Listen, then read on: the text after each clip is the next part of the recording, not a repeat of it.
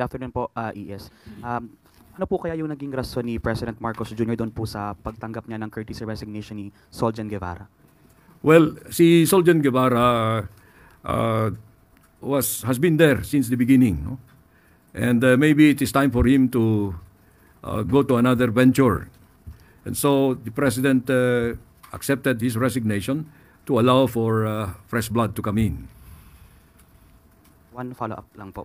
If I may point, sir, last March, Solgen Guevarra recused himself to represent the Philippine government na mag-represent po doon sa cases filed at the Supreme Court ng children ni former President Duterte in relation po sa pag-arrest sa kanya ng ICC.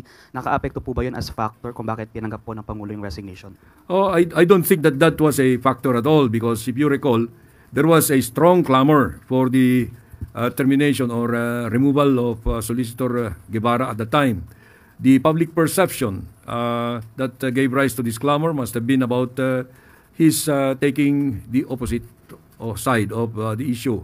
But you know, he and the president had a conversation about this, and the president respected his ethical decision to recuse. Now, if there was a reservation about his professionalism at the time, the president could have already removed him. But the president continued to repose trust in him. So up to the decision to accept his resignation, Solicitor General Guevarra was still there. Next question, Chloe Hofana, Business World. Good afternoon, ES. Good afternoon. How many GOCC heads submitted their resignations already, and ilan pong total na hinihintay natin? Practically all GOCCs or their leaderships have submitted, but we are still awaiting for the submission of other GOCCs.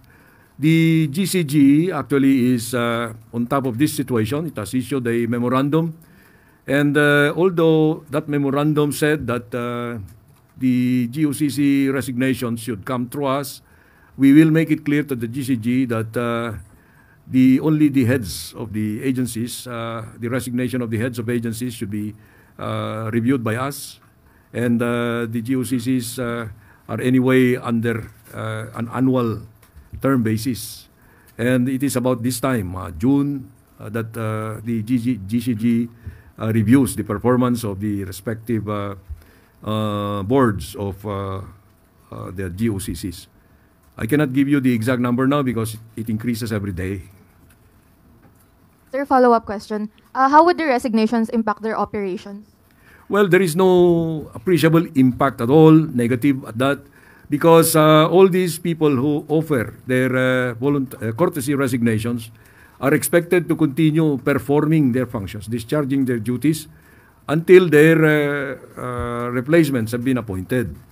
And that is expected of all public servants. No, no one abandons.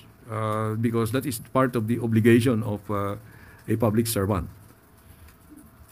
And last question from me, sir.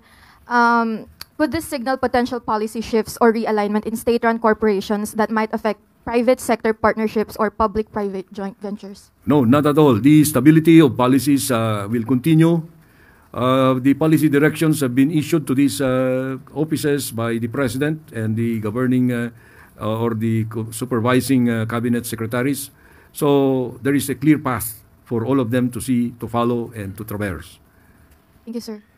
Ace Romero, Philippine Star. Secretary, good afternoon. Maaari bang humingi kami ng detalye bakit po si General Torre, na two-star general, ang napili ng Pangulo bilang susunod na hepe ng PNP? Wala akong may bigay na detalye dyan. Ano?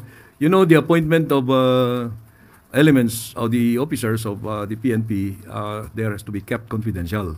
Okay, we should respect that confidentiality, but it's the president's discretion, which I consider to be absolute, because he is actually the well, you cannot consider that commander-in-chief kasi civilian yan, no?